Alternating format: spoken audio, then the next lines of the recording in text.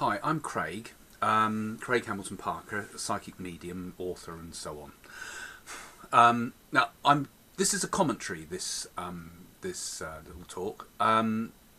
It's from.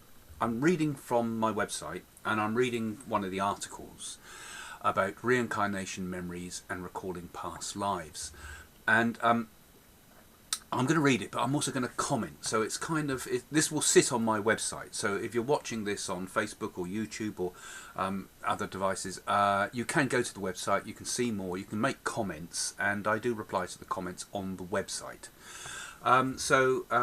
Anyway, here we go. This is about reincarnation, memories, and recalling past lives. He who binds himself to a joy does the winged life destroy. But he who kisses the joy as it flies lives in eternity's sunrise. Now, that's not me. That's William Blake, of course. And I start the article with that beautiful quote because there's a great deal in that quote if you read into it. That it's basically talking, I suppose, about non-attachment. But even with love, we can't bind ourselves to love because we destroy the very love that we bind ourselves to. But if we can take it to attitude of, non-attachment, i.e., we do it because we love the person, not just because, we want them to love us. It's a one-way love. It's a kind of, Blake has kind of talked about a divine love there.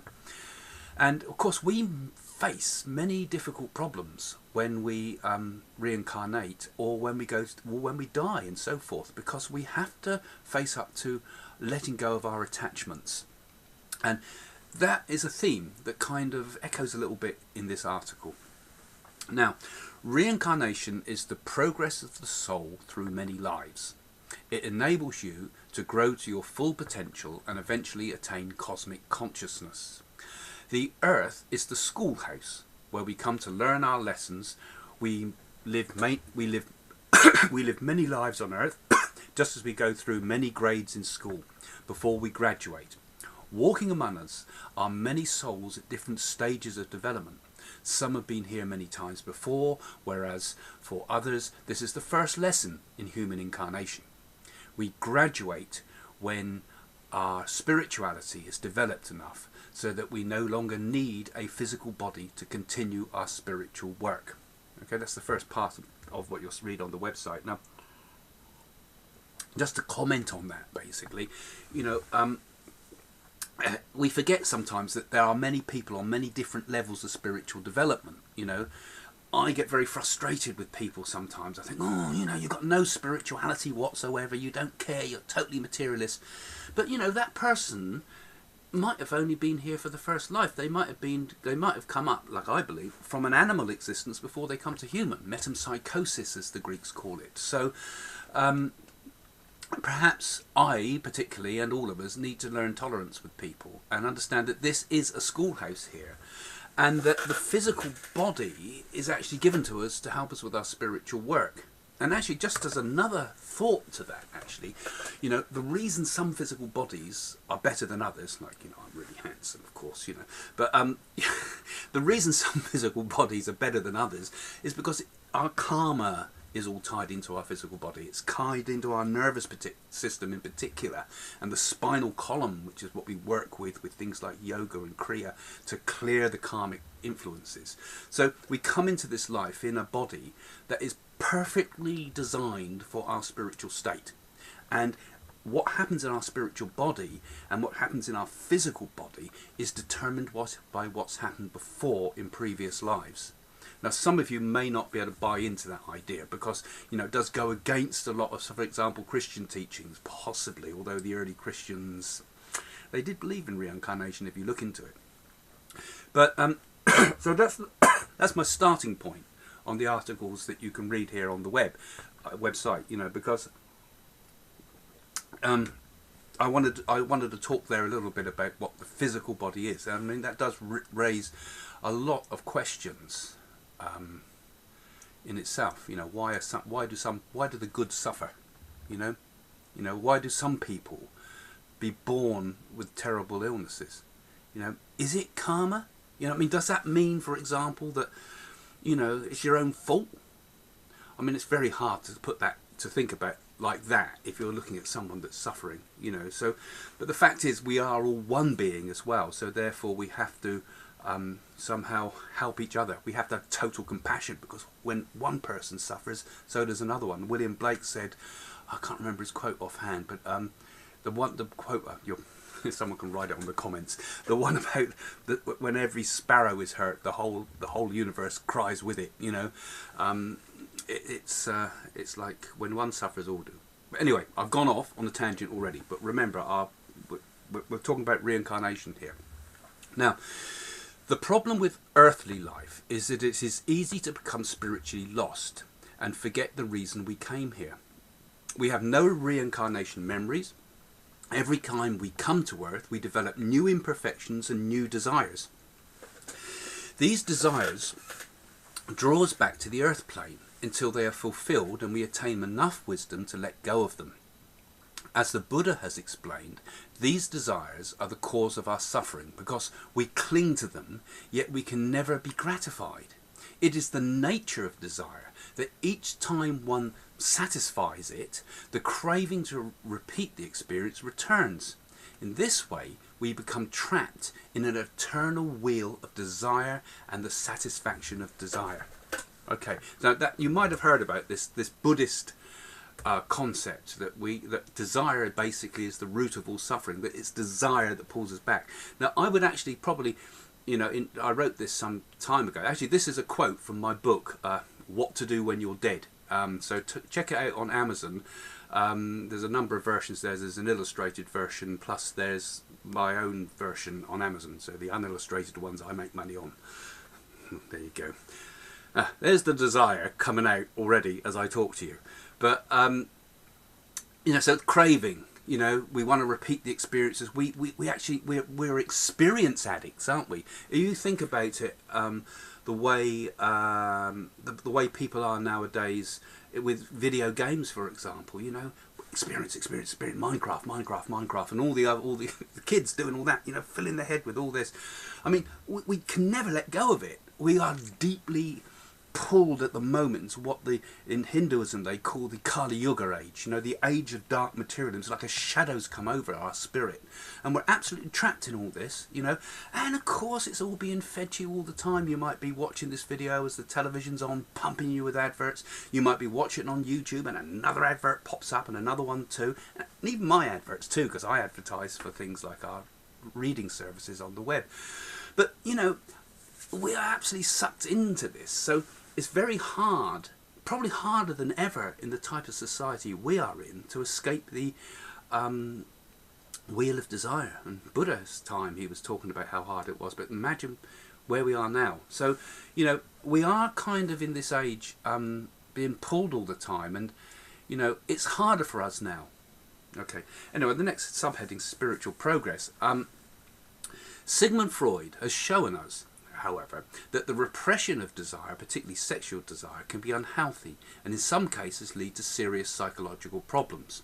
If we force desire from our consciousness, then otherwise small desires will return in a stronger way. Persistent repression will cause anxieties and odd behaviour. The Eastern way is to let go of desire rather than repress these forces. For example, the best way to stop smoking is to gently let go of the craving rather than wrestle with the problem and thereby increase its grip on you. Yoga teaches us to root out bad, selfish habits and replace them with good habits. With this gentle self-discipline, we gradually free ourselves from craving and eventually from the animalistic desire that can chain us to earthly incarnations. Now, when Buddha talked about desire, he wasn't necessarily talking about the cravings of the senses always, because desire is deeper still than that, remember, okay? Now, we know that, you know, like Freud's a bit of a twit, isn't he, really, on a lot of the stuff he says, you know, it's some silly things he says, but he was right in a lot of respects, that when you start damming up the energy inside you, you can get yourself in more problems than if you just let go with it. But at the same time, like I was saying earlier, we live in this materialistic, sensual age where we get swept along on the river and the rapids and we never get a chance to discover our spirituality.